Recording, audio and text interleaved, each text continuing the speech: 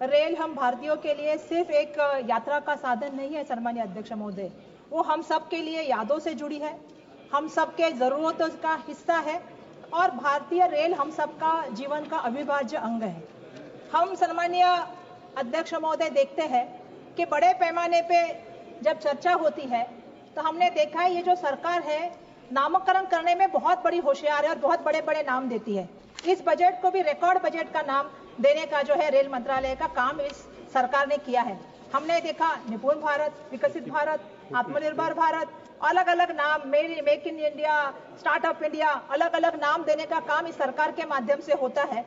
लेकिन सम्मानीय अध्यक्ष महोदय, अगर हम जमीनी हकीकत की बात करें तो इस बजट को मैं ये कहूंगी ये रिकॉर्ड बजट नहीं है, ये पूरी तरह से जो है ये फेल बजट है। ये मैं आपके माध्यम से सबसे पहले कहना चाहती हूँ। आज इस बजट में बड़े बड़े आंकड़ों को बताया गया है, बड़ी बड़ी नई ट्रेन की घोषणाओं की बात की गई है, लेकिन अगर आप बुनियादी स्तर पे, अगर जमीनी स्तर की आप बात करें तो कोई भी समस्या को इसने सॉल्व नहीं किया है। आज भी वो समस्या बजट फेल थोड़ी होता है, कोई बजट फेल नहीं होता। तो मैं अध्यक्ष महोदय आपसे आप मुझे संरक्षण दे, आप मुझे संरक्षण दे जी। तो बुनियादी ढांचे के ऊपर मैं बात करना चाहती हूँ। मैंने देखा जब भी मैं संसद में आई तब से मैं देख रही हूँ, मुझे ऐसा लग रहा है हर चीज जो है 2014 के बाद से ही हुई है। जैसा आप सबको मालूम है, जब भी हम चर्चा करते तो भारतीय रेल का उगम भी अगर 2014 में आप लोग कहेंगे, जैसे किसी सदस्य ने कहा था कि स्वतंत्रता की जो है 2014 से हुआ है, तो मुझे यह कहना पड़ेगा कि तथागत गौतम बुद्ध ने कहा था सूर्य, चंद्र और सत्य ना कभी छुपा है ना कभी छुपेगा। तो यह सत्य बिल्कुल सामने आएगा। तो आप कितना भी इसको रिकॉर्ड ब्रेक आपका बजट कहिए, लेकिन बिल्कुल ही आपका रिकॉर्ड ब्रेक बजट नहीं है, यह आपका फेल बजट है। ये कैसे, मैं सम्मानीय अध्यक्ष महोदय आपको बताना चाहती हूँ। 2.5 लाख करोड़ का बजट है और वो भी कैपिटल एक्सपेंडिचर है। मैं इसमें एक चीज बताना चाहती हूँ, अंग्रेजी में एक कहावत है, devil is in the details. इसका मतलब क्या है सम्मानीय अध्यक्ष महोदय? इस बजट के आप अगर प्रावधानों को देखेंगे तो आपको रेल का पूरा बजट अगर आपने देख लिया तो आपको पता चल जाएगा कि 8,20,000 करोड़ बजट है, जिसमें से 2,55 करोड़ रुपया जो है ये बजट भारत सरकार की बजटरी सप्लाई से के माध्यम से रेलवे को मिला है। और जो बाकी का बजट है, जो 5,65,000 करोड़ रेल का बजट है, जो उन्होंने अपने रेवेन्यू से जोड़ा है। तो इसका मतलब आप क्या समझ रहे हैं कि भारत सरकार ने रेलवे मंत्रालय को कितनी मदद की है? भारत सरकार ने रेलवे मंत्रालय को जो सपोर्ट किया है वो लगभग जो है 25% करने का काम जो है भारत सरकार ने किया है। तो रेलवे अपने आप ही चलने का काम कर रही है, रेलवे मंत्रालय खुद अपना रेवेन्यू बनाने का काम कर रहा है। और मैं आश्चर्य की बात यह बताना चाहती हूँ सम्मानीय आपको कि इसमें जो कैपिटल एक्सपेंडिचर आया है, जो पिछले साल का कैपिटल एक्सपेंडिचर था और इस साल के कैपिटल एक्सपेंडिचर को आप कंपेयर करेंगे तो 1 रुपया भी सम्मानीय अध्यक्ष महोदय इसमें बढ़ाया नहीं गया है। तो ये बजट किसके लिए आप कहते हैं कि रिकॉर्ड ब्रेक बजट है? ये मेरा सबसे पहला कहना है। रेल हमारे सबके जीवन की क्या है? जीवन रेखा है। हम सुबह से शाम जो है इसको मानते हैं क्योंकि इससे हमारा जीवन चलता है। लेकिन आज क्या परिस्थिति है? आज यह परिस्थिति है कि जो हमारी जीवन रेखा है वो आईसीयू में भर्ती है और जो है वेंटिलेटर पे चल रही है। ये दुर्भाग्यवश हमारी जो है रेल की अवस्था इन्होंने करने का काम किया है। अगर अध्यक्ष महोदय मैं आपको बताऊं, ऑपरेटिंग रेशो अगर आप देखेंगे तो 98.43% है, इस तक पहुंच गया है। तो आपको मैं इसका मतलब बताना चाहती हूँ, इसका मतलब है कि रेलवे जितना पैसा कमाती है उतना पैसा वो खर्च करने का काम करती है। यहाँ पे मुझे आपको एक कहना पड़ेगा, एक मैं कहानी बताना चाहूंगी। एक इंसान पूरा महीना काम करता है, पूरा महीना काम करने के बाद सैलरी लाता है, सैलरी को जो है पूरा खर्च कर देता है और अपने ईएमआई भरने के लिए उधार लेता है और फिर जोर से कहता है कि मैं आत्मनिर्भर हूं। वैसी ही अवस्था इस रेलवे की हुई है। सम्मानीय अध्यक्ष महोदय मैं यहां से बताना चाहती हूँ, सम्मानीय अध्यक्ष महोदय मेरा दूसरा जो मुद्दा है वो है रेलवे की वित्तीय सेहत के बारे में। अब इनकी सेहत की भी हमें चिंता करने की बहुत सारी जरूरत है। अगर सम्मानीय अध्यक्ष महोदय आप आज इनकी वित्तीय सेहत देखें तो आपको पता चल जाएगा 2022 और 2023 में रुपए जो है 4,300 करोड़ मतलब 4,300 करोड़ का जो है इन्होंने लक्ष्य रखा था, लेकिन इनको मिले कितने रुपए? 3,400 करोड़ रुपए। मतलब 900 करोड़ का इनका नुकसान हुआ। 2023 और 2024 की बात करें तो इनका बजट था 3000 करोड़, इनको मिले कितने? 2943 करोड़ रुपए इनको मिले। इसका मतलब इनका नुकसान 57 करोड़ का हुआ। 2024 और 2025 की बात करें तो इनका जो था वो बजट का लक्ष्य था 3000 करोड़। ये जनवरी 2025 तक ये 760 मतलब 767 करोड़ का हो गया, मतलब 767 करोड़ का हो गया है। तो आप समझ सकते हैं ये साल का इनका जो लक्ष्य है 2025 का 26 का, ये उनका लक्ष्य 3000 करोड़ का है। अगर आप पिछला रिकॉर्ड पर देखें तो ये हर बार नुकसान में गए हैं, हर बार इनकी कमाई जो है वो गिरी है। तो मेरा इनसे ये सवाल है कि ये चमत्कार कहां से होने वाला है? ये अचानक ऐसी कौन सी जादू चलने वाली है कि इनके बजट में जो है ये पैसा जो इन्होंने लक्ष्य रखा है ये पाने वाले हैं? क्या ये रेल मंत्रालय खुद कमाने वाला है या ये रील के माध्यम से होने वाला है? हम रील देखते सम्मान्य अध्यक्ष महोदय रेलवे डिपार्टमेंट की। अब मैं इनकी जरा रेलवे की कमाई की हाल भी आपको बताना चाहती हूँ। सम्मान्य अध्यक्ष महोदय, रेलवे की जो कमाई है 2025 और 2026 में कुल अनुमानित राजस्व रुपए 3041.31 करोड़ की है। अगर पिछले 3 साल में अगर सम्मान्य अध्यक्ष महोदय आप देखें तो ये 3041.31 करोड़ उसी दाम पे स्थिर है सम्मान्य अध्यक्ष महोदय। इसमें सबसे क्या है, इसमें यात्री किराए देते हैं। यात्री कितना किराया देते हैं सम्मान्य अध्यक्ष महोदय? 92,800 करोड़ रुपए। लेकिन इनकी सबसे बड़ी आमदनी कहां से आती है? ये सबसे बड़ी आमदनी आती है माल ढुलाई से। 1,88,000 रुपए करोड़ जो इनको मिलता है वो माल ढुलाई से मिलता है। और ये खुद रेलवे भी एक्सेप्ट करता है, अगर इनका इनकम का कोई सोर्स है और इनका बिजनेस अगर किसी चीज से चलता है तो माल ढुलाई से चलता है। लेकिन इसमें भी मैं कुछ बताना चाहती हूँ, क्योंकि इसमें भी जमीनी हकीकत अध्यक्ष महोदय कुछ अलग है। जमीनी हकीकत ये है, अगर आप देखेंगे तो रेलवे का जो फ्रंट ट्रैफिक का जो 1951 अगर आप देखेंगे तो 85% का था। 1991 में 85 से वो 60% तक आ गया। 2022 में वो 60% से 27% पे आ गया। मतलब अगर आप देखोगे तो आज माल ढुलाई की भी जो है उन्होंने पूरा मुंह मोड़ लिया है रेलवे से। वो भी सोच रहे हैं कि सड़क का परिवहन अच्छा है, जल का परिवहन अच्छा है, लेकिन रेलवे का परिवहन अच्छा नहीं है। तो आज आप समझ सकते हो इन्होंने एक नेशनल प्लान बनाया है सरकार ने, और नेशनल प्लान में जो नेशनल रेलवे का इनका प्लान है 2030 का, इसका इन्होंने लक्ष्य रखा है। और लक्ष्य क्या रखा है? 45% इसको बढ़ाना है। अगर आप पिछले सालों का रिकॉर्ड देखें 91 से लेके अब तक 1951 से अब तक का, तो जो 85% का था वो अभी 27% तक आ गया है। अब ये बात कर रहे हैं कि 2030 में हमें 45% जाना है। तो मेरा ये कहना है कि ये आप कैसे कर सकते हो, इसके बारे में भी मुझे आपसे पूछना है। आज मैं रेलवे मंत्री को इस माध्यम से प्रश्न पूछना चाहती हूँ। मैंने तो रेलवे का हाल देखा। रेलवे का हाल तो आजकल ऐसा चल रहा है कि हम देख रहे हैं कि वह अकेली दौड़ रही है फिर भी दूसरे नंबर पे चल रही है। तो यह परिस्थिति की रेलवे की लाने का काम केंद्र सरकार ने किया है, ये मुझे यहाँ से कहना पड़ेगा। पिछले 11 सालों में मैंने एक देखा है, पिछले 11 साल का मेरा अनुभव ये रहा है कि सरकारी कंपनियां को घाटे में दिखाओ, घाटे में दिखा के आहिस्ता आहिस्ता बंद करो और आहिस्ता आहिस्ता अपने मित्रों के हाथों में दो। ये मित्रों की सरकार जो बन के आई है उसके मामले में मुझे ये भी कहना है कि अगर कैग का रिपोर्ट आप देखोगे तो आपको पता चल जाएगा अध्यक्ष महोदय कि कैग ने क्या कहा है। रेलवे ने जो है 2,604 करोड़ का घाटा झेला है।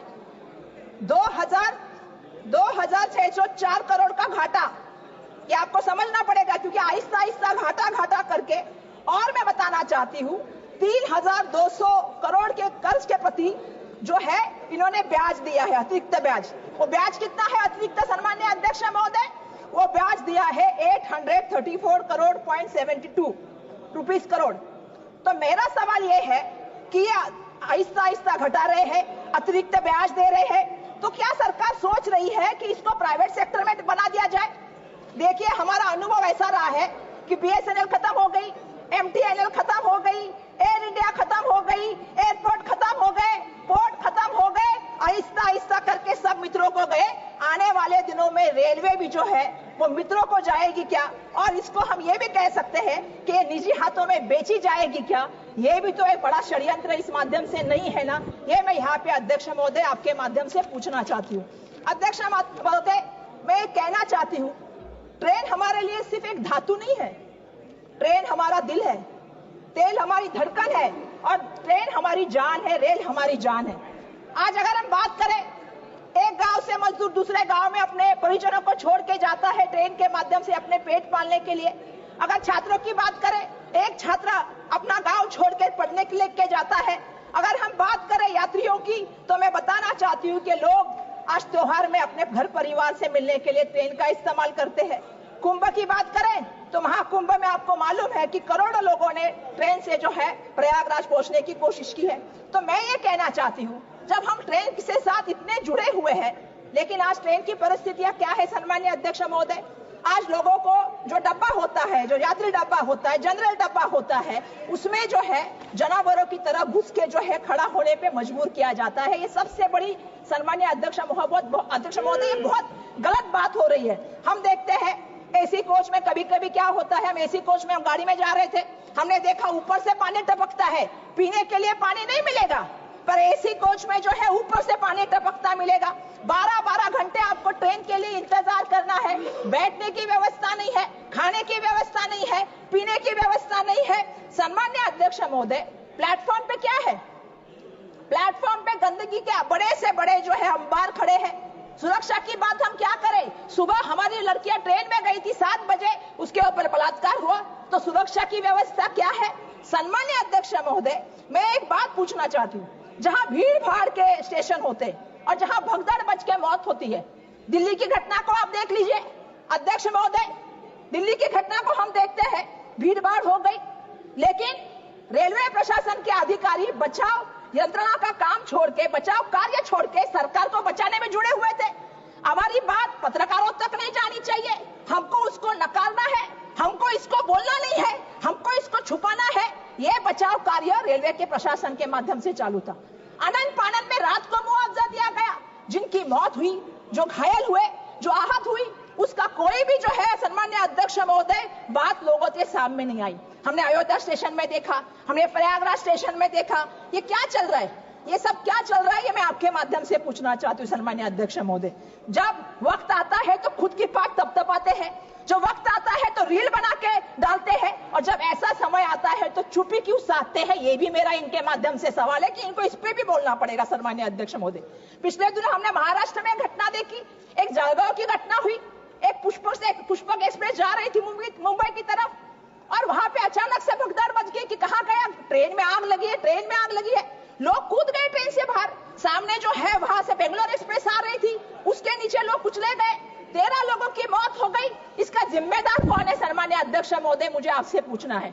अगर वहां पे कोई कम्युनिकेशन नहीं की माध्यम नहीं है तो ट्रेन के अपघात आप कैसे रोक सकते? आज अगर बात करें प्लेन में, आप देखेंगे कि कभी हवा का दबाव हो गया, टर्बुलेंस आ गया, तो हवा का दबाव कम हुआ तो आपके ऑक्सीजन मास्क आते हैं, टर्बुलेंस आ गया तो आपको सीट बेल्ट की बात आती है, कोई आपसे कम्युनिकेट करता है। लेकिन ट्रेन में जब घटना घटती है तो आपसे कम्युनिकेट कौन कर सकता है? ये भी मेरा सवाल है सन्मान्य अध्यक्ष महोदय। हमारे परेल में एक घटना हुई, प्लेटफॉर्म पे चर्चा हुई, प्लेटफॉर्म में अफवाह फैली और लोग भागते भागते गए, एक दूसरे के ऊपर चलते गए। ऐसी घटनाओं में जो मौत होती है उसका जिम्मेदार सरकार को रहना चाहिए, ये मेरा यहाँ से सन्मान्य अध्यक्ष महोदय कहना है। सन्मान्य अध्यक्ष महोदय, मेरा आपके माध्यम से और भी कहना है कि 2024 में 8 महीने में कितने अपघात हुए? 29 ट्रेन के दुर्घटनाएं घटी है। कितने लोगों की यात्री की मौत हुई? 313 यात्रियों की मौत हुई, 4 रेलवे कर्मचारियों की मौत हुई। आज रेलवे की हालत ऐसी है, अगर आप देखोगे तो मैं आपको बताना चाहती हूँ कि हमने देखा बहुत सी जगह पे हुआ, बालासार में, सब जगह पे, बड़ी बड़ी जगह पे, पश्चिम बंगाल में बहुत जगह पे बीच में हुआ दुर्घटना। कुछ तो सीखना पड़ेगा। आप सुरक्षा कवच की बात करते हैं, मंत्री महोदय भी है नहीं, मंत्री महोदय ने सुरक्षा कवच की बात की, हमें तो लगा था सुरक्षा कवच ट्रेन के लिए आएगा, लेकिन दुर्भाग्यवश सुरक्षा कवच तो मंत्री महोदय को देने का काम हुआ है। अरे आप कुछ तो भूतकाल से भी सीखिए, लाल बहादुर शास्त्री साहब से भी तो कुछ सीखिए। जब दुर्घटना हुई थी तो खुद जिम्मेदारी लेके लाल बहादुर शास्त्री साहब ने रिजिग्नेशन दिया था। लेकिन ये मंत्री महोदय ऐसे हैं, इनके 11 महीने के कार्यकाल में 29 रेल के एक्सीडेंट हुए हैं, फिर भी इसके टस से मत होने का काम नहीं करते। ये सबसे बड़ी बात मुझे यहाँ पे कहनी है। अगर रेल की बात हो और मुझे अगर हालात कहने की बात हो तो मुझे मुंबई के बारे में तो कहना पड़ेगा, क्योंकि मुंबई जो है वो आप सबको मालूम है कि सबसे बड़ी मुंबई की, हम तो कहते हैं मुंबई चलती ही रेल से है। तो मुंबई की अगर लाइफलाइन किसको कहते हैं तो रेल को कहा जाता है। मैं आपसे कहना चाहती हूँ, आज क्या सवाल है मुंबई की हालत का, जो हमारी रेल की हमारी जो लाइफलाइन थी वो आज लाइफ सपोर्ट पे आ गई है। मेरा मंत्री महोदय नहीं है, नहीं तो मैं मंत्री महोदय को आह्वान करना चाहती थी, चलिए मेरे साथ सुबह 7 बजे चर्चगेट स्टेशन के बाहर चलिए, आप विरार से चर्चगेट आइए, आप कल्याण से सीएसटी आइए और शाम को वापस मेरे साथ उसी ट्रेन में चलिए। आप देखिए लोगों की अवस्था क्या है। सम्माननीय अध्यक्ष महोदय, लोगों को बैठने नहीं, खड़े रहने के लिए जगह नहीं है। आज पहली बार मैं ये भी चीज कहना चाहती हूँ कि क्या हो रहा है हमारे मुंबई में। मुंबई में लगभग लोकल ट्रेन में 2468 लोगों की जो है वो मौत होती है, वो अपनी जान गंवाते हैं सम्माननीय अध्यक्ष महोदय। और मैं उसमें भी कहना चाहती हूँ, उसमें से उसके साथ 1151 लोग ये कैसे मरते हैं मालूम है? ये पटरी से चलते हुए, पटरी बदलते हुए मरते हैं। आज भी हमारी समस्या क्या है? हमारे पास ओवरहेड का ब्रिज नहीं है। आज भी 12-12, 15-15 घंटे ट्रेन लेट हो जाती है, लोग पटरियों से चल के जाते हैं। तो इनकी सुरक्षा कौन करेगा? इनकी रक्षा कौन करेगा? सम्माननीय अध्यक्ष महोदय, मुंबई के ट्रेन के अपघात में 2697 लोग घायल होते। तो ये परिस्थिति मुंबई की है, जो मुंबई देश की आर्थिक राजधानी, जो देश में आप सभी लोग मुंबई को देखते हैं। मैं एक कहना चाहती हूँ कि इसके मामले में मैं कहना चाहती हूँ कि सरकार इतना पैसा देती है, सरकार 1 लाख करोड़ रुपया सुरक्षा के लिए देती है, तो ये सुरक्षा होती किसकी है? जब लोग पटरी पे सुरक्षित नहीं, स्टेशन पे सुरक्षित नहीं। अगर हम देख के बाहर गांव में जाए तो हर ट्रेन को दरवाजे होते हैं, हमारे ट्रेन को दरवाजे नहीं होते, हमारे लोग गिरते हैं। तो ये सुरक्षित नहीं है तो किसके लिए 1 लाख रुपया खर्चा करती है? इसकी भी चौकसी होनी चाहिए। आपको समझनी पड़ेगी कि एक एक जान अनमोल है, एक एक जान की कीमत है। घर से इंसान बाहर निकलता है तो घर परिवार ये सोचता है कि मेरा बच्चा घर में आएगा कि नहीं आएगा। तो सरकार इस मामले में थोड़ा बहुत तो एहसास रखती है क्या? ये भी सम्माननीय अध्यक्ष महोदय, मेरे आपके माध्यम से ही सरकार को सवाल है, थोड़ा तो संवेदनशील हो जाइए, थोड़ा तो लोगों के बारे में सोचिए। ये मेरा इनसे यहाँ पे कहना है। हम कहते हैं कि भारतीय रेल का जो नेटवर्क है वो देश में नहीं, पूरे दुनिया में 4थे नंबर का है। हमारी पूरी दुनिया में हमारी भारतीय रेल 4थे नंबर का बड़ा नेटवर्क रखती है, और सबसे बड़ी आबादी का देश भी किसके पास है तो हमारे देश के पास है। लेकिन आज क्या परिस्थिति है सम्माननीय अध्यक्ष महोदय? परिस्थिति ऐसी है, 140 करोड़ लोग हैं हमारे देश में और ट्रेनें कितनी है? 13,000। तो अगर इसका कैलकुलेशन आप करें तो आपको पता चल जाएगा, हर ट्रेन पर 1,07,000, हर ट्रेन में 1,07,000 लोगों का उसके ऊपर भार है, बोझा है। मतलब एक ट्रेन में कितने लोग घूमते हैं, आप समझ सकते हो कि उसके ऊपर कितने लोगों की जिम्मेदारी है। तो ये मैं बोलना चाहती हूँ, हमारे मराठी पिक्चर सैराट में अभी 5 मिनिट अध्यक्ष में 2 मिनिट मुझे हमारे मराठी पिक्चर में एक डायलॉग था, क्या था? मराठी मध्ये बोलू का इंग्लिश मध्ये सांगू? मराठी इंग्लिश में समझते कि नहीं? अब मुझे बोलना पड़ेगा, ये हिंदी का सफर है कि इंग्लिश का सफर है? SUFFER। तो ये इंग्लिश का सफर है, लोगों को इससे जो है वो तकलीफ सहनी पड़ती है। दूसरी तरफ आप दाम की बात करें, अगर हम फ्लाइट से जाएं, 2 महीने पहले मुंबई से दिल्ली की फ्लाइट लें तो कितनी प्राइस है उसकी? 4,500 रुपए। और अगर हम यही जो है 15 घंटे ट्रैवल करके तेजस एक्सप्रेस से जाए, राजधानी से जाए, सेकंड क्लास की टिकट कितने की है? 4,300 रुपए की। अगर फर्स्ट क्लास की टिकट लूं तो 5,300 रुपए की। अरे मैं पहला वक्ता हूं, मुझे बोलने तो दीजिए। बहुत लंबी सूची है, बहुत लंबी है। तो मैं इतना ही कहूंगी, इसका मतलब है कि 6 गुना आप आमदनी लेते, 6 गुना आप टाइम लेते हो। एक मिनट खत्म करूंगी, 1 मिनट प्लीज। 1 मिनट में फिनिश कर दूंगी। तो इसका मतलब है आप 6 गुना ज्यादा टाइम लेते हो और प्राइस भी ज्यादा लेते हो। मेरा यही कहना है कि ना हमें स्पा चाहिए, ना हमें मार्केट चाहिए, ना हमें सेल्फी पॉइंट चाहिए। हमें ये नहीं चाहिए। हमें क्या चाहिए मैं आपसे बताना चाहती हूँ। हमें चाहिए स्वच्छ टॉयलेट, पानी, स्वच्छ अच्छा भोजन और सुरक्षा और टाइम की पाबंदी, ये हमारी सबसे बड़ा कहना है। स्टेशन के बाहर हमें चाहिए एम्बुलेंस। और मेरा एक कहना है, ये फैंसी इनॉग्रेशन और PR घोषणा से राजनीति से ऊपर उठिए। और मैं आखिर में नियम 377 के अधीन सभापति ने I gave the bell twice, please understand, and I have given 20 minutes. Okay, last 30 seconds, please complete. Sir मैंने कुछ please complete, please conclude. Sir मैं अपना भाषण एक शायरी के साथ समाप्त करूंगी, क्योंकि वंदे भारत क्या है, वंदे भारत शताब्दी उसी की बात है। तो वंदे भारत पे मत आंको रेलवे की तस्वीर, वंदे भारत पे मत आंको रेलवे की तस्वीर, जनरल डब्बे की हालत देखो बहुत है गंभीर, सफाई सुरक्षा सुविधा सब अधूरी है यहाँ, झूठे प्रचार से नहीं बदलेगी रेलवे की तकदीर। धन्यवाद। माननीय सदस्य